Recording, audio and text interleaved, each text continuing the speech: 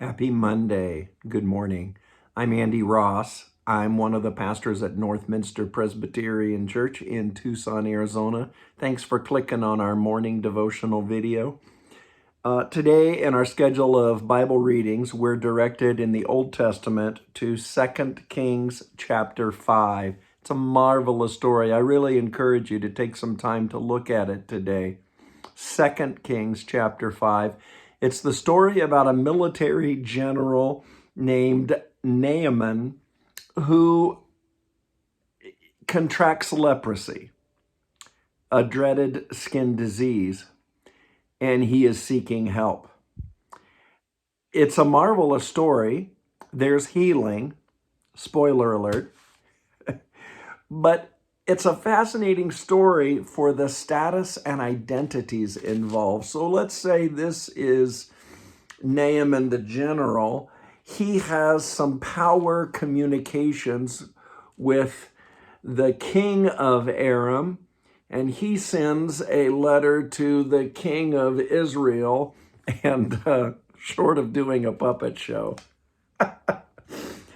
you can see the levels of pride and status among these men. One letter of help is read as a threatening attack when it should not have been.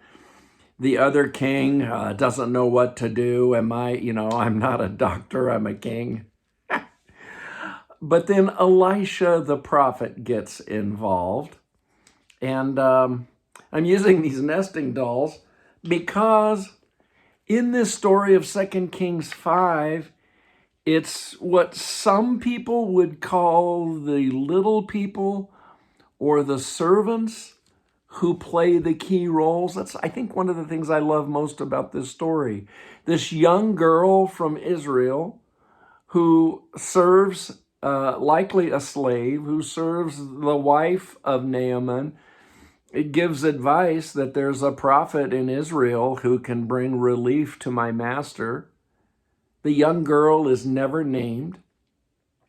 Then it's the servants of Naaman who give their military commander the advice of, if the guy said go wash 7 times in the Jordan River, give it a shot. And those servants and their wise words prove to be true. Even Elisha involves a servant, and you can read about his story tomorrow.